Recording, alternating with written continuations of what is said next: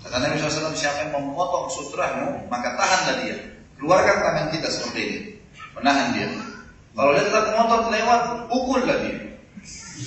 Begitu hadisnya. Suruh pukul. Karena nggak boleh. Sebentar, masih banyak saya mau jelasin. Belum selesai. Ya, sebentar langsung dipraktekin dulu. Setiap lewat orang yang dibuka aja. Jadi pahami dulu.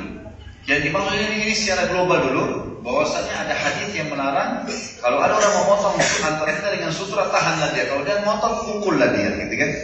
Karena sesungguhnya qarinnya, syaitan yang bersamanya sedang menggodanya. Memang sengaja membuat dia untuk memutus itu. Dan antum juga teman-teman yang sudah ditahan sama orang lain, berhenti. Nah, malah heran kenapa orang ini ditahan saya. Nah, itu hukum syar'i kan? Itu dulu ya. Nah, sekarang bagaimana kalau ada orang tetap ngotot lewat? Apakah sholat saya sah atau tidak? Tetap diputus sama dia. Maka jawabannya tetap sah, kecuali yang lewat wanita. Baik yang sholat wanita juga atau laki-laki atau pria. Pokoknya kalau wanita yang putus antara kita dengan sutra, batal sholatnya. Dalam hadis dikatakan wanita, kemudian anjing atau keledai. Apa hikmahnya? Allahu a'lam, kita nggak tahu. Jadi akhwat jangan tersinggung, ini bukan disamakan dengan hewan tentunya. Tapi hadisnya begini. Hadisnya begini. Tentunya tidak sama jauh antara manusia dengan hewan. Tapi Nabi SAW menyebutkan bahwasanya kalau ini lewat, batal sholat kita. Ya? Baik, kalau begitu berarti laki-laki kalau lewat, anak kecil kalau lewat tidak batal. Ya kan gitu?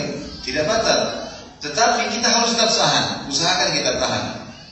Bagi orang yang sengaja, ini kitanya, batal atau tidak sholatnya. Sekarang kita bahas orang yang sengaja motong tadi. Kita sudah tahu tetap dia motong lewat.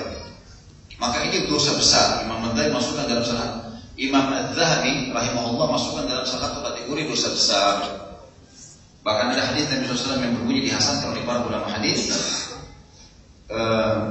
Seseorang di antara kalian menunggu 40 tahun jauh lebih baik dan ringan baginya dibandingkan dia memotong sutra saudaranya. Jadi dia tunggu 40 tahun sampai orang itu pun selesai sholat baru dia lewat, itu lebih baik karena beratnya hukumannya gitu.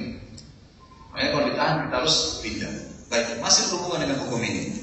Kalau kita sholat sendiri, sutra kita berlaku pada kita. Kalau kita sholat berjamaah, sutranya berlaku pada imam. Jadi seperti ini sekarang, ini sutra ini. Ini ditaruh kayu itu niatnya untuk dijadikan sutra, ya. Di depan imam kita ada kayu yang dilipat, sutra imam ya. Biasanya masjid-masjid buat mihrab, cekungan, tembok. Karena kalau sholat berjamaah imam yang jadi sutra. Jadi kalau misal antum masuk ke masjid temukan di ujung saf ada yang kosong, ini sudah ada 5 saf terisi. Kita mau isi saf yang kosong itu, boleh kita lewatin makmum. Nggak masuk dalam larangan tadi karena